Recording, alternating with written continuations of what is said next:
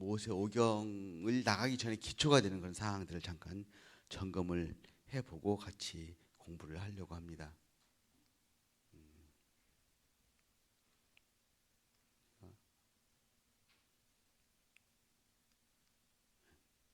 성경의 프레임 하나님 나라. 자, 성경에 대한 우리들의 생각을 좀 정리를 했으면 좋겠다는 생각이 들어요. 성경 자체에 대한 생각. 성경 자체에 대한 생각. 우리는 성경을 하나님 말씀이라고 말을 하잖아요. 근데 이 성경에 대해서 하나님의 말씀인 성경에 대해서 접근하는 두 가지 태도가 있어요. 제가 이 스피드 성경 통독을 해보니까 첫째는 신앙적 접근을 해요. 신앙적 접근. 그야말로 신앙적인 접근. 그냥 덮어놓고 믿는 거예요. 아무것도 의심하지 않고. 주로 평신도들이 이런 태도를 많이 취하고 있고, 특별히 안수 집사님들이나 장로님들 연세 드신 분들은 이 부분이 굉장히 강한데, 예를 들어 가지고 성경의 모든 말씀은 1.1획도 변함이 없는 하나님의 말씀이다라고 굳게 믿습니다. 맞죠? 굉장히 바람직한, 신앙적으로는 바람직한 태도라고 생각을 해요. 그리고 두 번째는 성경이 어느 날 갑자기 완성된 형태로 한꺼번에 우리에게 주어졌다고 생각을 해요.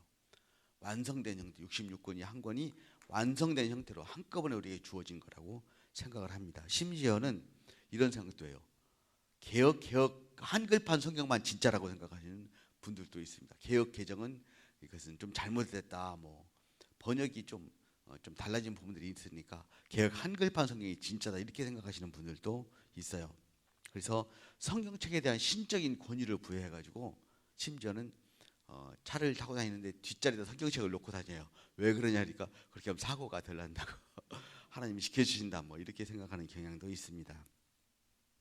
평신도들은 충분히 이렇게 생각할 수 있고 또 뭐 이런 것이 그들이 가지고 있는 신앙의 기초고 믿음의 기초고 흔들리지 않는 그런 믿음의 기초일 수 있습니다. 그런데 목회자들은 이렇게 생각하면 안 돼요. 사실은 성경에 대해서 질문할 수 있어야 되고 성경에 대한 인문학적인 접근, 신학적인 접근을 할 수 있어야 되는 것이죠.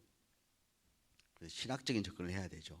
목회자들이나 신학자들은 이런 접근을 해야 됩니다. 그래서 성경에 대한 인문학적인 접근이 가능합니다. 합리적이고 이성적인 접근도 해야 되는 것이죠. 그래서 제가 어저께 성경의 장르 말하고 설계도 이렇게 말하는 것은 합리적인 접근이고 인문학적인 접근이에요. 성경을 어떤 하나님의 말씀이라고 하는 성경을 이걸 좀 인문학적으로 접근한 부분이 있는 것이죠. 성경은 원본이 있습니다. 그죠? 사본도 있어요. 사본이 굉장히 많습니다. 그리고 사본마다 조금씩 다르기도 해요. 번역본도 있습니다. 번역본은 많이 달라요, 사실은. 그래서 영어 성경을 보고 우리말 성경을 보고 표준 뭐 세번역도 보고 또 쉬운 말 성경도 보고 이렇게 하는 것은 번역본의 번역 내용이 다르기 때문에 그렇습니다. 또 성경의 기록들은 배경이 있어요. 배경, 상황 이런 것이 굉장히 중요하다 이런 것을 알고 있습니다. 또 성경은 수집되었어요. 편집되었습니다. 이런 것도 알아야 되는 것이죠. 성경에 하나님의 말씀이라는 이 권위, 이를 무너뜨리는 것이 아니라 이런 것을 알아야 성경을 잘 이해할 수 있고 깊이 이해할 수 있고 성경을 합리적으로 설명할 수 있기 때문에 그렇습니다. 우리가 믿는 성경의 기초적인 내용은 그거죠. 성경은 하나님의 말씀입니다. 그런데 성경의 궁극적인 저자는 성령이시다. 궁극적인 저자는 성령이시다 하는 걸 믿어요. 이것이 성경은 하나님의 말씀이라고 하는 그런 근거죠. 그리고 성경은 기본 줄거리가 있어요. 기본 줄거리. 창세기부터 요한계시록까지 쭉 흘러가는 기본 줄거리가 있다. 이걸 하나님의 의도라고 말하고 성경의 의도라고 이제 생각을 합니다. 이 줄거리와 의도가 이걸 알아야 성경을 보면 어느 부분을 보더라도 이게 어떤 의도에서 쓰여졌는 것을 알 수가 있는 것이죠. 성경의 기록 기간은 1500년 정도 잡습니다. 왜냐하면은 모세가 성경을 기록한 때가 BC 한 1400년 정도라고 보죠. 그리고 그다음에 요한계시록이 기록된 때가 AD 90년 정도 되니까 전부 합치면 기간이 1500년 정도가 되고 약 40여 명의 저자에게 성경이 기록되었죠. 성경의 장절 구분을 하죠. 우리가 장절 구분하는데 장은 천주교 신부인 스테판 랭턴이라는 캔터베리 대주교가 1205년도에 성경을 연구하기 위해서 장을 구분합니다. 그전엔 장이 없었어요. 알고 계시는 내용이죠. 장이 없었어요. 그냥 두루마리 성경인데 그것을 장을 구분하기 시작합니다. 1장, 2장, 3장 내용에 따라서. 그리고 절을 구분은 누가 했냐면 인쇄업자인 스테파누스 로버트라는 사람인데 똑같이 이름이 스테판이라는 게 비슷해요. 1551년도에 교정을 보기 위해서 성경을 인쇄하는데 교정을 보기 위해서 필요해서 절을 구분합니다. 근데 이게 너무 편리해요. 너무 편리해서 지금도 우리 성경의 장절을 가지고 쓰고 있습니다. 이 말은 무슨 말이냐면 성경의 장절에는 신적인 권위가 없다. 몇 장 몇 절 그건 중요한 게 아니다. 실제로 성경을 연구해 보면 장절이 잘못 구분된 데가 굉장히 많습니다. 자, 여기부터 좀 중요합니다. 성경은 하나님의 말씀이다. 그렇죠? 성경은 하나님의 말씀이에요. 또 하나는 근데 모세 오경은 누가 기록했죠? 모세가 기록했죠. 그럼 성경은 하나님의 말씀인데 모세 오경은 모세가 기록했으니까 모세는 곧 하나님이다 라는 말이 성립됐던 거죠. 근데 그렇지 않죠. 우리는 성경을 모세 오경을 모세가 기록됐다는 걸 100% 믿어요. 또 성경이 하나님의 말씀이라는 것도 100% 믿어요. 근데 둘이 충돌을 일으키는 거예요. 사실은 모세는 사람이잖아요. 사람. 그래서 모세 오경은 사람의 말이든지 아니면 모세가 하나님이든지 이것을 이제 결합시키기 위해서 신학적으로 이제 영감설이라는 얘기를 합니다. 영감. 성령의 영감으로 기록되었다. 모세가 기록을 하긴 했지만 성령의 영감으로 기록했다라고 이제 신학적으로 그걸 정리를 하는 거죠. 성령의 영감설은 신학적 용어예요. 성경에 나오는 용어는 아니고. 그럼 모세가 기록할 때 어떻게 기록했냐? 하나님의 영으로 기록했다. 어떻게 기록했느냐? 그래서 여기에서도 여러 가지 이론들이 나오죠. 모세는 가만히 있는데 성령께서 막 기록하게 하시다. 기계적 영감설. 우리 개혁주의는 그런 영감설을 취하지 않죠. 우리가 취하고 있는 영감은 유기적 영감설, 유기적 영감설. 그것도 좀 더 보수적으로 보면은 유기적 축자 영감설. 글자 한자 한자까지 성령께서 다 간섭하시고 간여하셨다라고 믿는 것이죠.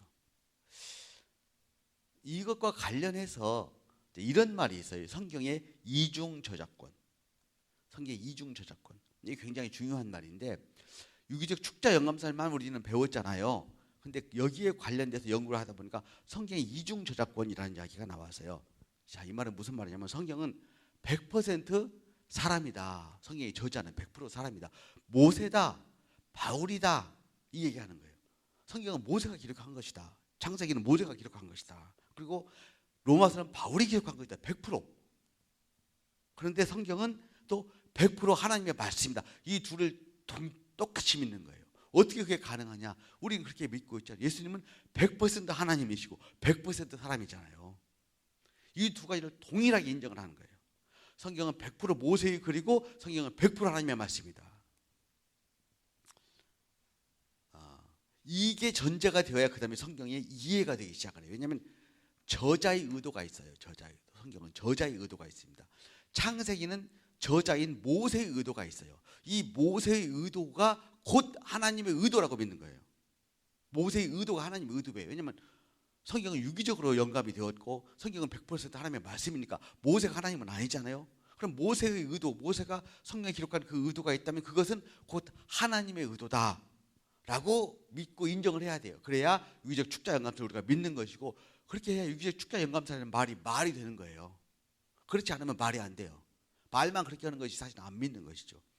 근데 우리는 여기서 많이 어떤 부분을 등한시했냐면 성경은 사람의 저작이라고 하는 것을 등한시했어요. 말은 그렇게 하면서 성경은 모세오경은 모세의 기록이다고 말은 하면서 실제로는 모세를 생각을 하지 않아요. 모세가 왜 기록했는지 모세의 의도가 뭔지는 전혀 생각하지 않아요. 그냥 하나님의 말씀이다. 로마서의 기록자는 바울이라는 것을 우리가 철저히 잘 알고 있음에도 불구하고 로마서를 하나님의 말씀으로만 봤지 바울의 저작이라고 하는 사실을 잘 인정하지 않았어요. 그러니까 성경을 보는데 어려움이 있는 것이죠. 여기서 파생되는 또 하나의 원리가 이제 이거죠. 성경의 무오성. 그러면 성경은 무오하냐? 성경은 무오해야 돼요. 성경은 무오해야 돼요. 오류가 없어야 돼요. 왜냐하면 우리 신앙의 표준이기 때문에 그래요. 근데 사람이 기록한 것이 오류가 없을 수 있을까? 있을 수 있어요. 오류라는 말은 오류가 있을 수 있어요. 근데 무오해야 돼요. 그래서 이제 나타난 신학 이론이 성경 무오성이에요. 무오성. 성경이. 그리고 근데 성경은 오류가 있을 수 있기 때문에 여기에다가 붙이는 단서가 있습니다. 원본에 있어서 원저자가 쓴 필사본, 원저자가 쓴 그 기록된 성경에 있어서 무오하다라는 단서를 딱 붙여요. 왜냐? 원본은 없으니까. 원본이 없기 때문에 그래요. 만약 원본이 있으면 문제가 될 수도 있어요. 원본이 없기 때문에 이런 전제를 딱 붙이는 거예요. 그래야 우리 신앙이 흔들리지 않아요. 성경에 오류가 있다 하면 안 되잖아요. 오류가 있으면 안 되는 거예요, 성경은. 왜냐하면 우리 신앙의 표준이고 기준이기 때문에, 하나님의 말씀이기 때문에. 그래서 이 성경 무오성에 대한 정의를 우리가 알아야 돼요. 어떤 것을 무오라고 하는가? 정말 글자 하나도 틀림이 없는 것, 또 과학적으로 증명을 해도 이게 정확한 것, 이런 것을 무오라고 하는가? 그렇지 않아요. 성경 무오는 신학적 의미인데, 성경 무오는, 자, 우리는 이렇게 믿죠. 성경은 글자 하나도 틀림 하나님 말씀입니다. 근데 진짜로 글자 하나도 틀림이 없는가? 정말로 객관적으로 보면 틀림이 많아요. 예를 들어 가지고 십자가상의 강도 3명이죠. 근데 마태복음하고 마가복음을 보면은 다 주님을 욕했다고 그래요. 근데 누가복음에서만 한 강도가 회개해요. 어떤 게 맞는 거예요? 여기에서 우리는 무오류를 따지지 않아요. 이것은 저자의 의도에 관련된 문제이기 때문에 그래요. 일단 성경은 틀림을 하나님의 말씀이라고 하는 전제는 원본 저자의 자필 원고에 있어서 그렇다. 그러나 성경은 수많은 사본이 있고 사본의 정확도는 굉장히 높아요. 96에서 97%예요. 그러면은 3%에서 4%가 다르다는 얘기예요. 3%에서 4%가 달라요. 그래서 우리가 성경을 보면 밑에 나뇌주 해가지고 어떤 사본에는 뭐 이렇게 기록되잖아요. 사본이 조금씩 달라요.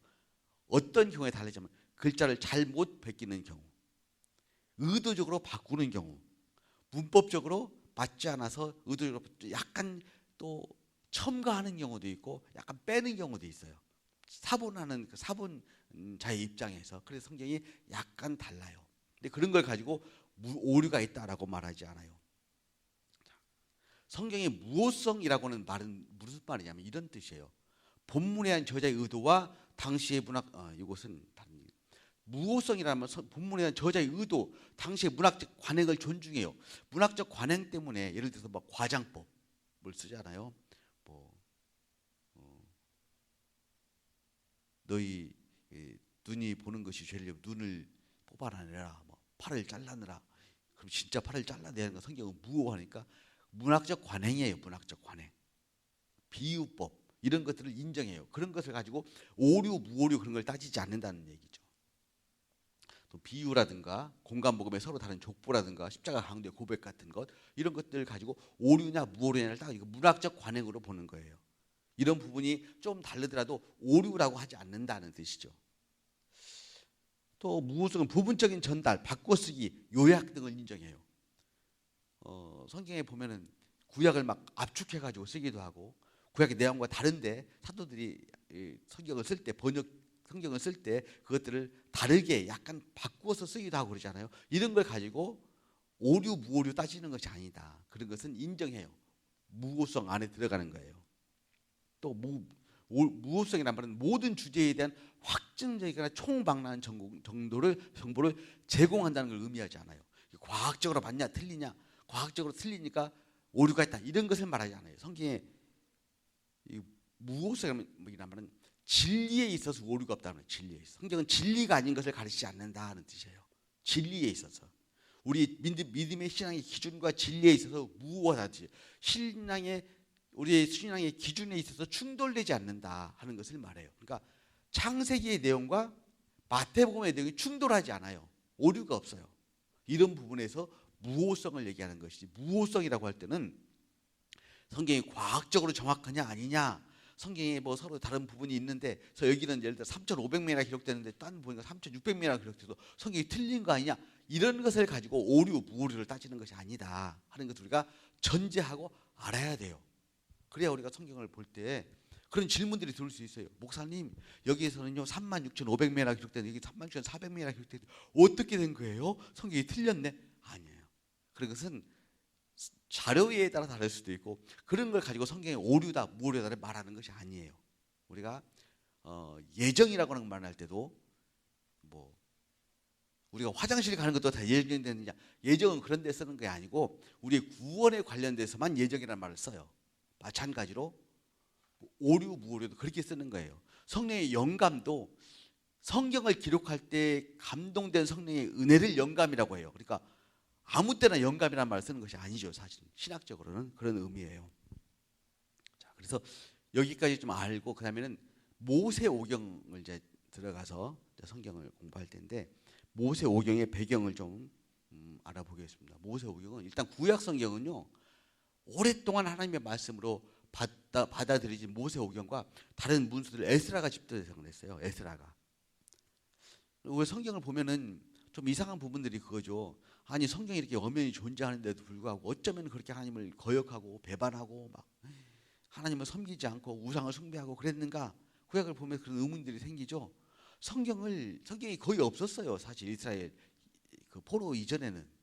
그래서 나중에 보면 요시야가 성경을 성전을 수리하다 성경을 발견하잖아요. 그것처럼 성경이 일반인들에게 거의 알려지지 않았어요. 그래서 에스라가 일단 그래도 모세오경은 하나님의 말씀으로 다 받아들였어요. 그렇게 믿었어요. 그래서 모세오경과 또 다른 성경들, 여러 선지서들이나 또 뭐 역사서들을 다 수집을 해서 에스라가 집대성을 합니다. 에스라 때 구약 성경이 이제 골격이 그때 나타났다고 볼 수 있어요. 그게 BC 한 400여 년쯤 되는 내용이죠. 자, 그리고 이 말이 무슨 말이냐면은, 그렇기 때문에 구약 성경에는 필연적으로 포로 시대와 포로 이후의 필요가 반영되어 있어요. 성경을 쭉 모을 때 어떤 에스라가 모았잖아요. 에스라가 집대성을 했잖아요. 그거 다 알고 계시죠? 그럼 에스라가 모았을 때는 창세기를 모으고 출애굽기를 모을 때 이 성경들이 누구에게 힘이 되고 누구에게 위로가 되고 누구를 가르치고 어떤 사람들에게 이 성경 내용으로 교훈을 하려고 했을까? 자기 시대에 사는 사람들이에요. 그 전 사람들은 다 죽었으니까 소용없어요. 그 전 사람들은. 포로 이전의 사람들은 별로 관심이 없고, 포로 시대에 살고 있는 이 사람들에게 위로가 돼야 되고, 이 사람들의 질문에 답해야 되고, 포로 이후에 살고 있던 그 사람들에게 이 성경을 통해서 교훈을 주고 그들을 가르치고 믿음으로 안으로 이끌려고 하는 이 요청과 요구가 반영되어 있는 거예요. 창세기에도 그렇고 출애굽기에도 그렇고. 이 기초적으로 에스라가 편집을 했기 때문에 성경을 보는 우리가 스탠스 위치는 사실은 세 가지 위치에서 봐야 돼요. 첫 번째는 창세기를 보려면 모세가 성경을 기록한 그 위치, 모세는 성경을 왜 기록했을까 하는 위치, 첫 번째. 두 번째는 에스라가 창세기를 수집한 그 위치, 세 번째는 오늘 현재의 위치. 이 세 가지 위치에서 봐야 돼요. 근데 우리는 두 가지 위치까지는 보죠. 모세가 성경을 기록했을 때 당시의 배경을 보는데, 두 번째 에스라의 위치를 잘 보지 않죠. 그 다음에 우리의 위치, 우리의 적용하는 것, 그 위치, 두 가지 위치만 보는데 사실은 세 가지의 위치를 봐야 된다 하는 것을 말씀을 드리고 싶어요. 그리고 구약 성경은 최종적으로 얌리아 종교에서 정경으로 채택됩니다. AD 90년도예요. 그러니까 상당히 후기에 구약 성경으로 채택이 되는 거예요. 처음부터 우리 성경이 하나님의 말씀으로 막 갑자기 모세 때 막 기록되어서 모세 때부터 이렇게 주어졌다라고 생각하는 일반적인 견해가 사실은 상당히 문제가 있는 견해인 것이죠. 우리가 아무 생각 없이 믿었죠. 사실은 성경이라는 자체에 대해서, 성경이라는 이 책에 대해 아무 생각 없이 무조건 하나님의 말씀, 언제부터 태초부터 뭐 그렇게 생각을 했었는데 사실은 이런 역사적인 배경들을 가지고 있다는 것을 알 수가 있죠. 그래서 모세 오경의 의도를 알려면 세 가지를 알아야 된다. 첫 번째는 모세가 오경을 기록할 당시에 모세의 의도가 뭐냐, 왜 기록했느냐. 그냥 기록하지는 않았을 거 아니에요. 모세가 창세기를 그냥 기록했을까요? 아니에요. 분명히 기록한 의도가 있고 뜻이 있겠죠. 하다못해 우리가 무슨 일기를 쓰더라도 의도가 있잖아요. 편지를 쓸래도 의도가 있고. 근데 모세 오경이라는 엄청난 대작을 모세가 기록하는데 아무 생각 없이 썼을까? 아니면 어느 날 하나님께서 모세야 너 지금부터 내가 불러주는 말 써라 그랬을까? 그건 아니란 말이죠. 두 번째 의도가 오경을 통해서 포로 시대 유대인들에게 믿음을 가르치고 싶어 했던 에스라의 의도. 에스라는 이 모세 오경을 통해서 무엇을 가르치고 싶어 했을까? 세 번째는 우리의 의도죠. 우리는 이 성경을 통해서 무엇을 가르쳐야 될까? 그리고 이 세 번째가 전 성경과 역사를 이끌어 가시는 하나님의 의도. 이 세 가지를 알아야 되는 것이죠. 자, 모세 오경은 잘 아는 대로 이제 창세기, 출애굽기, 레위기, 민수기, 신명기를 모세 오경이라고 그러죠. 저자는 모세입니다. 모세. 그래서 저자라는 말을 우리 개혁주의 신학에서는 잘 안 쓰려고 그래요. 뭐라고 쓰려고 그러죠? 기자라고 써요. 기자. 저자라는 말을 잘 안 쓰고 기자라고 말을 써요. 기자하고 저자는 좀 다르죠. 근데 다른 것도 없어요. 비슷비슷해요. 저자 그러면 책을 쓴 사람, 기자 하면 신문 기자. 어떤 사건을 보고 기록한 사람을 기자라고 그러죠. 근데 그것은 일종의 말장난이지 저자나 기자나 같은 거예요. 사실은.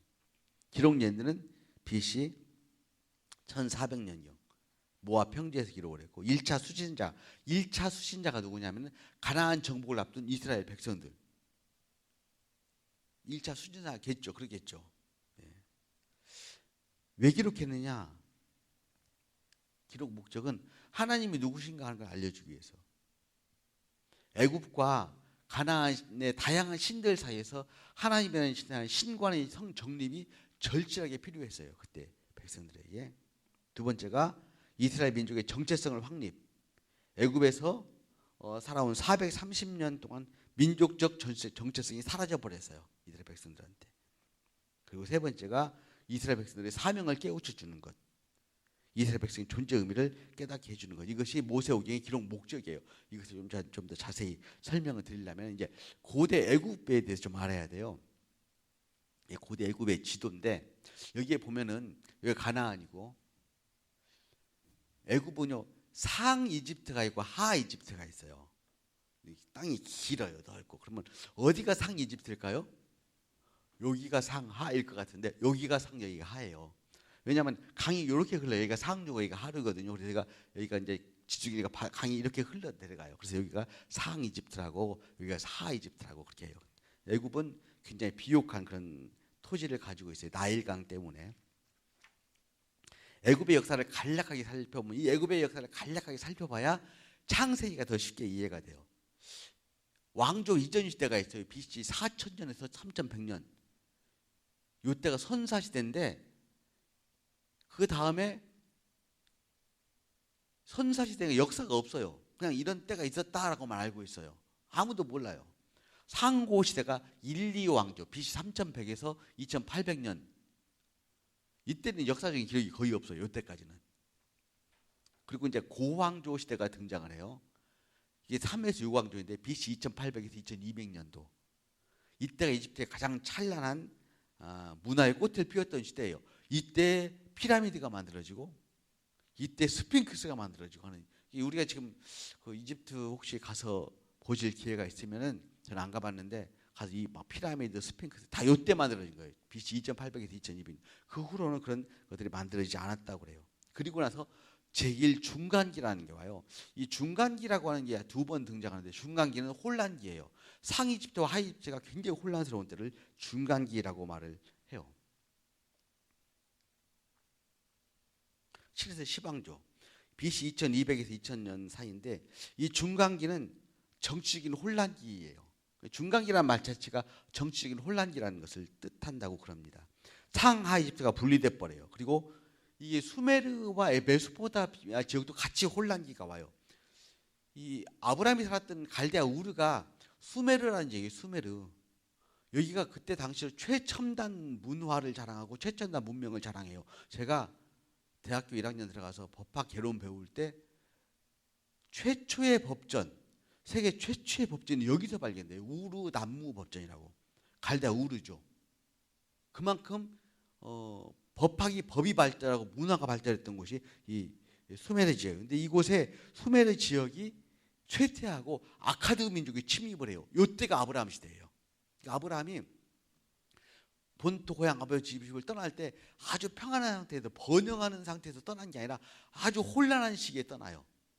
그때 떠날 수밖에 없어요. 떠나지 않으면 안 되는 상황이 되었던 것 같아요. 그때 아브라함이 몇 세쯤 떠나냐?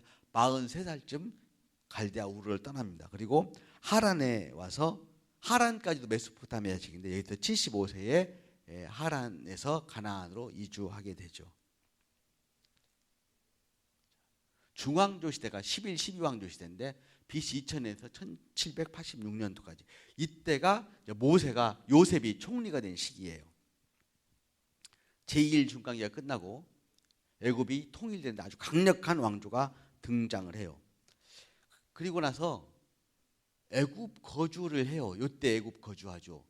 이 애굽 거주하는데 약 90년 동안은 중왕조 시대예요. 요셉이 죽고 나서도 야곱과 그의 70명이 애굽에 들어가 가지고 한 90년 동안은 대우를 잘 받으면서 살아요.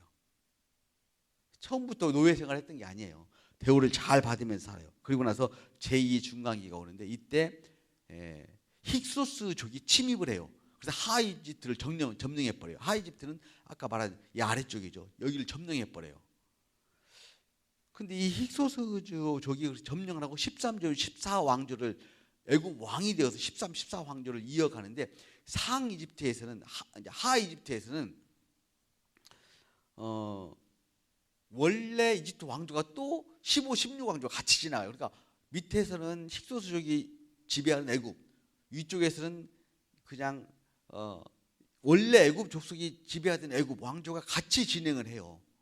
근데 이 210년 동안 이 힉소스족이 애굽을 지배를 하는데 이 힉소스족이 셈족이에요, 셈족.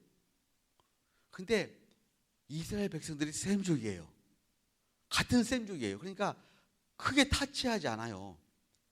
크게 괴롭히거나 그렇지 않아요. 그냥 이 사람들 고센 땅에서 아주 잘 먹고 잘 살고, 고센 지역이 그 나일 삼각주 지역이잖아요. 그래서 굉장히 비옥해요, 땅이나 토지가. 그래서 정말 잘 살아요. 아주 우호적이에요. 같은 셈족이기 때문에. 210년 동안 하이집트를 통치하고 이 고센 지역을 포함해서.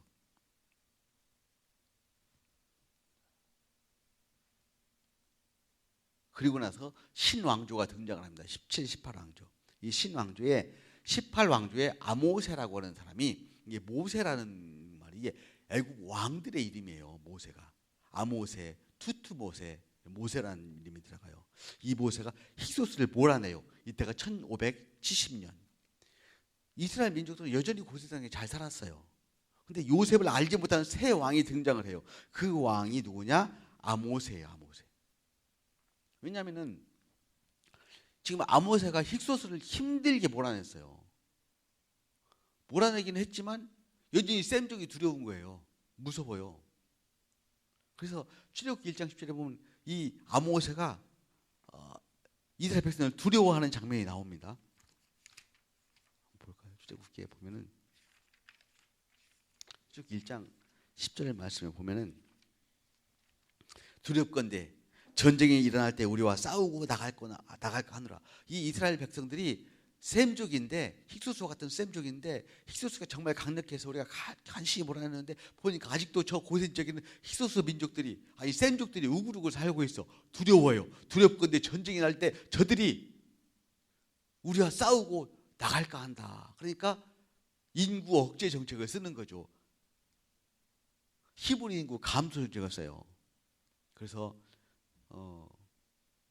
모세가 여기에서 이제 나일강에 버려지고 죽을 뻔한 상황을 맞게 되죠. 이 아모세 다음에 투트모세 1세의 딸, 아모세의 손자가 투트모세 1세인데 이 투트모세 1세의 딸 하셉수트라고 하는 사람이 있어요. 이 사람이 나중에 여왕이 되는데 이 사람이 모세의 양모일 가능성이 있다라고 봐죠. 모세를 물에서 건져내서 잘 키운 사람이 모세의 양모일 가능성이 있어요. 그리고 이 투투모세 1세의 아들이 이제 아메노테비스인데, 이 사람이 투투모세 후궁의 아들이에요. 그래서 굉장히 컴플렉스가 좀 많은 사람이에요. 좀 열등감이 있고, 모세와 대결을 벌인 파라오라고 추정을 합니다. 자, 그러면 이 요셉과 함께 애굽으로 들어간 이스라엘 백성들이 처음에 90년 동안은 중왕조 시대에서 환대를 받아서 잘 살았고, 제2 중간기에서는 힉소스 왕조의 등장으로 안정적인 생활을 했어요. 약 200년 동안. 그리고 290년 살았죠. 이쯤 되면 애굽 사람이 다 된 거예요. 애굽 사람이에요. 아프리카에서 노예로 잡혀온 사람들이 미국에 지금 살자요. 이 사람들 아프리카 사람이에요, 미국 사람이에요? 미국 사람이죠. 자기들을 아프리카 사람이라고 전혀 생각을 한 번도 안 하죠. 얼굴이 까맣고 피부가 색이 달라도 자기들은 미국 사람이에요. 정체성이. 근데 290년 동안을 그 후로 약 140년 동안 노예로 살았지만 430년간을 애굽에서 살았는데, 이 사람들이 어떻게 가난한 사람이냐고요? 애굽 사람이지. 아브라함의 후손 그런 거 없어요. 애굽인 완전한 애굽인이에요. 모세는 이 애굽 사람들을 끌고 나온 거예요. 신앙주의 등령으로 박해를 받았어요. 120년 동안. 그러니까 우리가 430년 동안 애굽에서 살았다라고 하지만 사실은 노예 생활을 한 것은 약 120년 정도. 120년도 굉장히 긴 기간이죠. 뼛속까지 애굽인이 돼서, 뼛속까지. 애굽 사람이에요, 애굽 사람. 애굽 사람.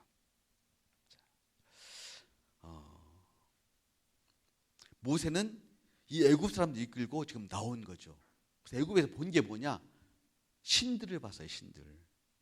이 사람들이 애굽에서 120년 동안 노예 생활을 하면서 한 게 뭐냐? 신전을 건축한 거예요, 신전을.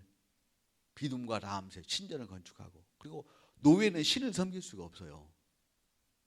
그래서 애굽의 수많은 신들을 보았고, 태양신도 보고, 또 부엉이 신도 보고, 송아지 신도 보고, 그 중에서 아마 가장 서민적이고 일반적으로 섬기는 신이 송아지 신이에요. 송아지 신. 아피스, 세트 이런 신. 송아지. 아피스는 암송아지고 세트는 숫송아지인데, 그 송아지 신. 그 다음에 태양신, 이것은 좀 귀족들이 섬기는 그런 신. 이런 신들을 보고 살았어요. 그러니까 이 사람들도 신을 갖고 싶어요, 신을. 그래서 모세가 광야에서 시내산에 올라가서 40일 동안 있으니까 바로 뭘 만들냐면 신을 만들어요, 신을. 딱 송아지를 만들어요. 그게 애굽에서 본 거예요.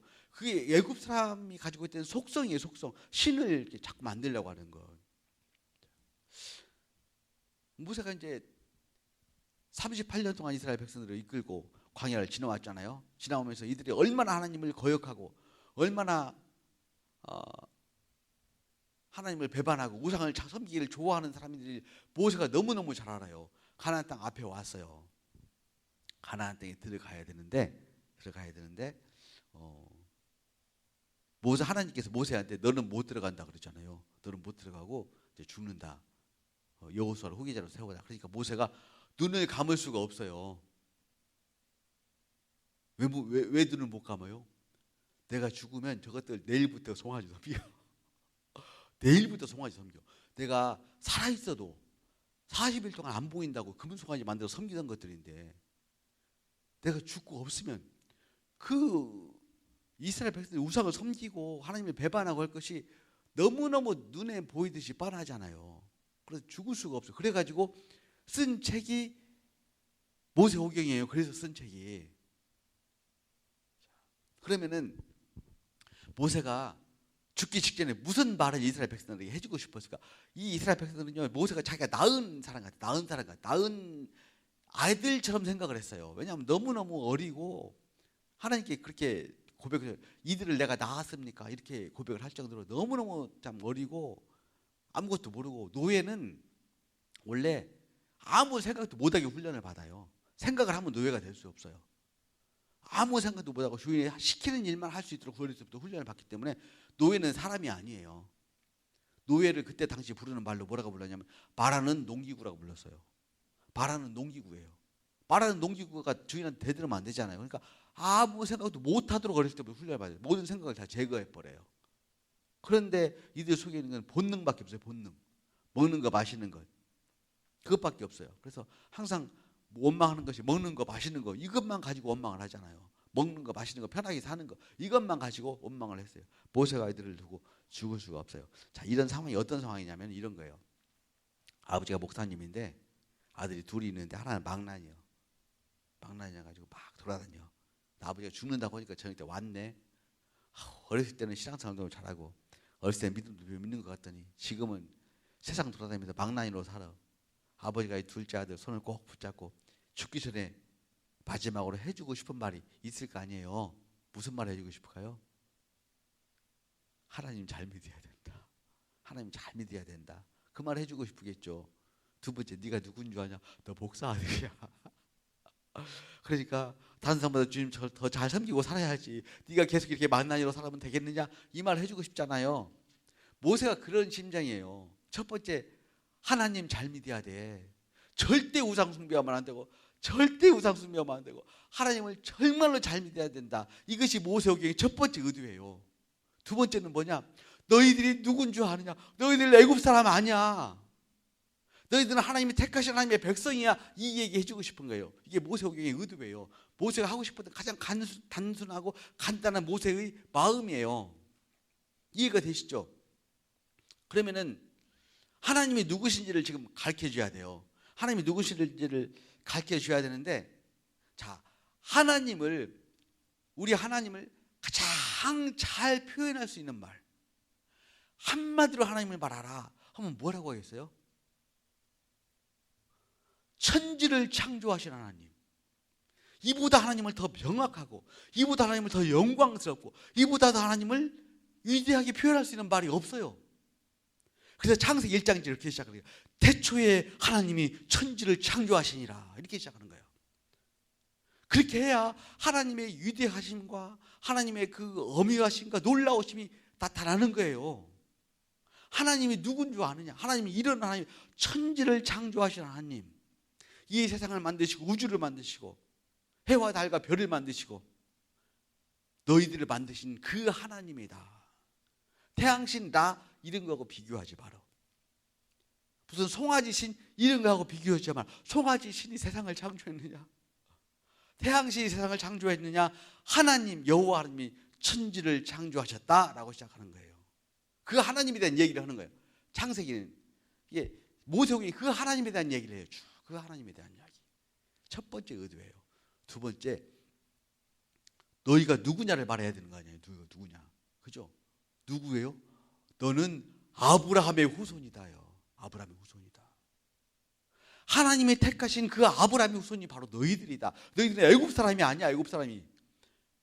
그 정체성을 가지고 하나님을 믿어야 가나안 땅에 들어가 사명을 감당할 수 있는 거예요. 그게 없으면 사명 감당이 안 돼요. 자기가 누군지를 모르는데, 하나님이 누군지를 모르는데 사명 감당이 되겠어요? 절대 안 되는 것이죠. 그렇기 때문에 우리가 창세기에서 설교를 해나가야 할 포인트는 이거예요. 하나님이 누구냐? 하나님이 누구냐? 천지를 창조하신 하나님. 돈을 믿지 말고 하나님을 믿어라. 권세나 권력이나 사람을 의지하지 말고 하나님을 의지하고 살아라 하는 것이 창세기를 통해서 우리가 설교해 나갈 수 있는 가장 첫 번째 포인트예요. 두 번째는 뭐냐면 너희가 누구냐예요. 너희가 누구냐. 너희는 하나님이나 하나님 백성이다. 이 세상 사람이 아니야. 저 옆집 사는 순이 아빠가 똑같은 사람이 아니야. 너는 하나님의 백성이다. 이 얘기를 해줘야 되는 거예요. 창세기에는 계속해서 끊임없이. 이게 무엇이 의도니까 이것을 반복해서 얘기해줘요. 반복해서. 이게 창세기 의도예요. 창세기, 출애굽기, 레위기, 신명기 똑같아요. 이 의도를 가지고 진행이 되어 나가요.